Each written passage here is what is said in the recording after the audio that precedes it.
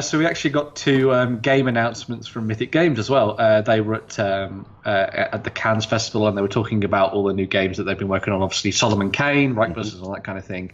And they actually announced two new games, as I was saying. The first of these is called Super Fantasy Brawl, and this is the one that I'm a lot more interested in. So this one is one that's very different from anything they've done before. It's a sort of like loose hero brawler that you play on the tabletop. It's like a proper board game.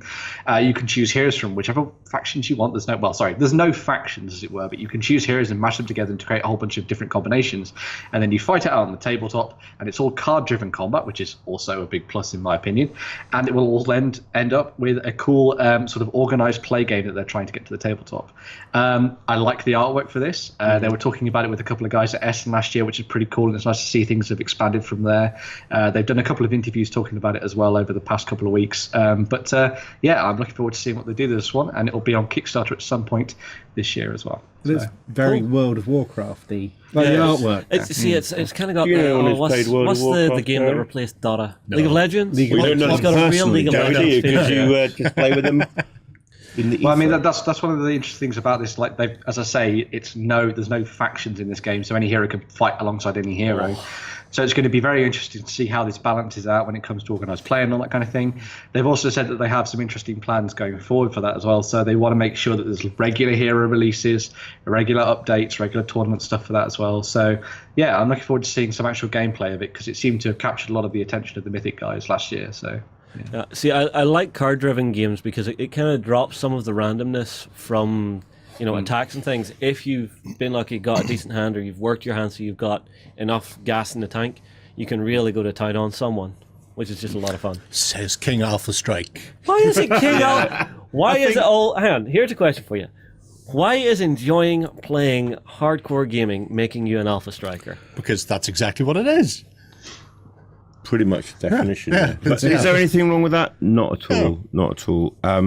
If you don't want to play that kind of game and the person knows it, they'll just say what kind of game that they want. Yeah. I think where you have a problem is where people, and I think this could be a hot topic in some ways. Sometimes people can't moderate the way they play for the people that they're playing with, and I think it's really. There was only that one time that I stamped on Adam. No, there was that's the kind of game I hate. I hate steamroller games. CAD. Twilight Imperium, a decade ago. If you don't stop manipulating them, I'm going to push your head through the wall. Really? That's the way he spoke to his 6 hours. Yeah. I was actually influenced in that game, perhaps a little bit too much, but hey-ho, that's what I mean, there are some games where... I'm guessing there's a big stick and a pot. Yeah, I had the whole galaxy to do it with. Well, that might be an interesting... and another one of the games that Mythic Games actually announced might be interesting to those kind of people that like a little bit of table talk and back and forth, and it's called Hell, the Last Saga. So this is going to be another one of their big board games, a little bit like Solomon Kane and all the things they've been working on as well. And this is a game which is... Scandinavian Hell. Yeah. So it's set during the period of, I think it's 999 AD. And it's when the old pagan ways are fading away and the Christianity is coming to the fore, and you play a group of survivors, as they're called, who are looking for effectively the Christian afterlife, a little bit of heaven, and also Viking Valhalla. However, they find themselves in what amounts to hell. And so you then have to survive in this horrible landscape, dealing with food, keeping everybody alive and all that kind of thing. But the twist to this as well is there's actually a semi-cooperative aspect to the game as well. So as well as being able to try and keep the group alive and focus towards that end goal, you're also trying to complete your own personal goals at the same time. So it's all about sort of how you want to measure that and sort of whether or not you want to backstab somebody and sort of go your own way as well. But obviously, if you're going to try and do it all by yourself, you might not survive against the monsters and all horrible things. Is that anti-sec next to the person with the eagle? Possibly.